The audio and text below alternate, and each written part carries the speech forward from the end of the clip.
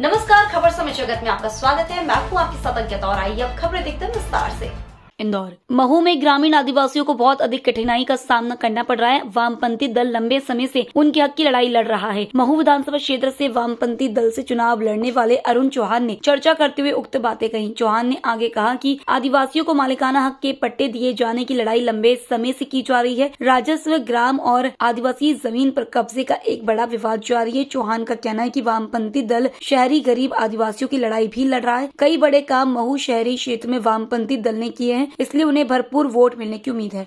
दर्शकों नमस्कार, समय जगत के लिए इंदौर से मैं मदन भगत। आज हमारे बीच में महू से कामरेड अरुण चौहान जी चर्चा के लिए उपलब्ध हैं, जो महू विधानसभा से कम्युनिस्ट पार्टी से चुनाव लड़ने की तैयारी में। इनसे महू और इंदौर जिले से संबंधित चुनावी रणनीति के बारे में बात करते हैं। मैं उनका समय जगत की ओर से स्वागत करता हूँ। तो बड़ा काम ये हुआ कि आज जो जंगल का अधिकार, वन अधिकार कानून बना है, वो वामपंथियों की देन है।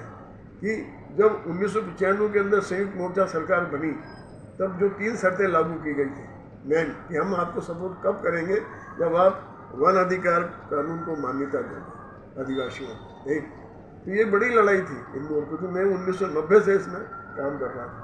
पर वो जाकर के जब ये हुआ कि 31 दिसंबर 2005 तक जितने भी कब्जेदार हैं उनको इसका लाभ दिया जाएगा, तो ये उस संयुक्त मोर्चा सरकार में वामपंथियों का हस्तक्षेप था जिसमें ये फायदा मिला। महू का आदिवासी बेल्ट और महू शहर जो सीमा जहाँ कैंटोनमेंट बोर्ड दिया आता है, तो विधानसभा में तो ये सब शामिल है। तो इस बीच में आपको उतना मतदाता का सहयोग मिलेगा?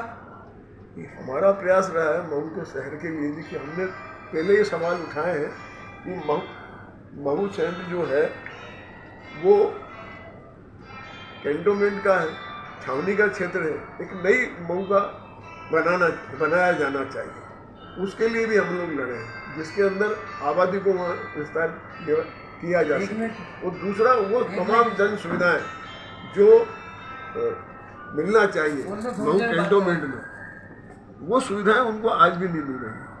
हमने अभी भी सवाल उठाया है कि महू के अंदर जो शहरी क्षेत्र में है,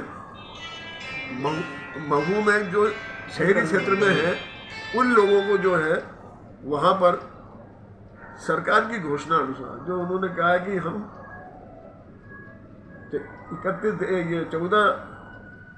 14 तक के जितने भी काबिज लोग हैं मौके पर, उनको हम मालिकाना हक देंगे। ये मुद्दा भी हम लोगों ने उठा रखा था कि जो जहाँ काबिज है उसको वहीं पे मालिकाना हक दिया जाए। पट्टा नहीं, पट्टा एक लीज होती है, आप कभी भी बेदखल करो। और ये सरकार ऐसी है जिसने 18 साल के राज में इन्होंने पट्टों का नवीनीकरण नहीं किया, इसलिए ये बोलते क्या है करते क्या है। ये जरूर कहते कि जो जहाँ है वहीं बसेगा, पर मालिकाना हक की लड़ाई हम लोगों ने छेड़ी पूरी, और वो लड़ाई हुई भी है कि मालिकाना हक दिया जाएगा, पर उस पर अमल नहीं हुआ। 29 पट्टे मात्र कैबिनेट मंत्री उषा ठाकुर जी ने दिए थे जा करके, और उसके बाद फिर वो भी कहाँ जो बड़े लोग हैं या जो दबंग किसान हैं उनके बीच में जाकर दलित आदिवासी जो आज भी इससे वंचित है। तो हमारा सवाल ये था कि महू कैंटोनमेंट के अंदर भी इसको पूरा किया जाना चाहिए, क्योंकि वो भी तो है आखिर वो क्षेत्र, वहाँ भी बंदी बस्तियाँ हैं, तो उन बस्तियों के अंदर भी वहाँ भी दलित आदिवासी लोग रह रहे हैं, बड़ी संख्या में दलित लोग रहते हैं महू के अंदर, तो उनको भी जो जहाँ रह रहा है घोषणा अनुसार उनको भी किया जाना चाहिए। तो आपने जो अभी बीच में इसमें साथ में आपके साथ कांग्रेस भी मैदान में होगी, भाजपा भी मैदान में होगी, इन सब से पार पाके कम्युनिस्ट अपना वर्चस्व दाखिल करे, अपना वर्चस्व दिखा पाए, इससे क्या योजना बनाई है आपने कि कम्युनिस्ट के प्रति लोगों का आकर्षण बढ़े और मत शहरी और आदिवासी क्षेत्र का भी मत आपको मिले, कम्युनिस्ट पार्टी को मिले?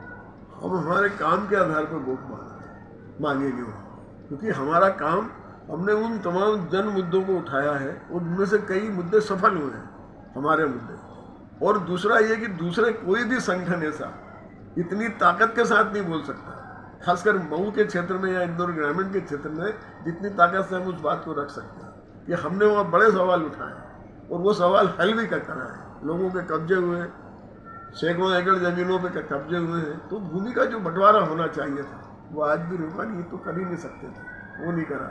हमारे खिलाफ तो पूर्व कांग्रेस के जो विधायक थे दरबार साहब, वो तक धरने पे बैठे उस मुद्दे को रोकने के लिए, उन लोगों के पक्ष में बैठे जब वो विधायक थे। तो स्थिति ये नहीं है, स्थिति ये है कि काम किसने किया है। वहाँ पे अगर राहत कार्य भी चले हैं तो उसके लिए हम लड़े, वहाँ अगर तालाब बने हैं तो उसके लिए हम लड़े हैं। ये बड़ा सवाल थे वहाँ के, जो बड़े मुद्दे हैं महू के, उसके लिए हम लोग काफ़ी संघर्ष किए हैं। तो हमें ये हक जाता है कि उसका बोर्ड भी हमें मिलना चाहिए। और अच्छा, हम लोग पैसा खर्च नहीं कर सकते, पर हम जनता के बीच तो लगातार रहे हैं। तो आज जो भी आएगा वो उन मुद्दों को अगर उठाएगा तो बहस तो हमारी होगी, चर्चा हमारी होगी गांव में कि यार करा तो इनने।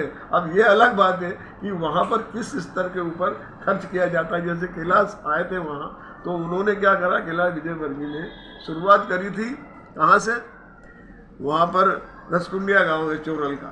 उस रसकुंडिया गांव के अंदर जो राजस्व गांव है, उस राजस्व गांव के अंदर वन अधिकार पत्र दिलवा दिए वन विभाग वालों से मिल करके। तो जब उनकी पावतियाँ राजस्व गांव की बनी हुई है, उसके बाद अभी विवाद हुआ, वो आदिवासी को पीटा गया, काफ़ी पीटा गया। उसके बाद में जब ये कहानी सामने निकल के आई तो मनीष सिंह जो कलेक्टर साहब थे, उनको ये बोलना पड़ा कि नहीं नहीं नहीं, ये गांव तो एक्चुअली राजस्वी गांव है, तो फिर भाई आपने क्यों दिया वन अधिकार पत्र, क्यों दिया। एक बड़ी समस्या वहाँ की जिसके लिए हम लोग आज लड़ रहे हैं, और वो है राजस्व गांव और वन विभाग की जमीन के ऊपर आपस में विवाद, बड़ा विवाद है। इस विवाद को दूर किया जाना चाहिए। अगर ये विवाद दूर होता है तो जाकर के महू के ग्रामीण इलाकों के अंदर फायदा होगा। और जो आज की तारीख में जो पहाड़, जिन पहाड़ों पे हमको जाने पे हमको मुकदमे लग जाते थे, हमको नक्सलाइट तक घोषित किया गया वहाँ, तो उन गाँव के अंदर ये स्थिति है कि आज वहाँ पर बड़ी बड़ी कॉलोनियाँ बन रही है। इंदौर से खबर समेत जगत के लिए मदन भगत की report. For latest news, subscribe to our channel and press the bell icon.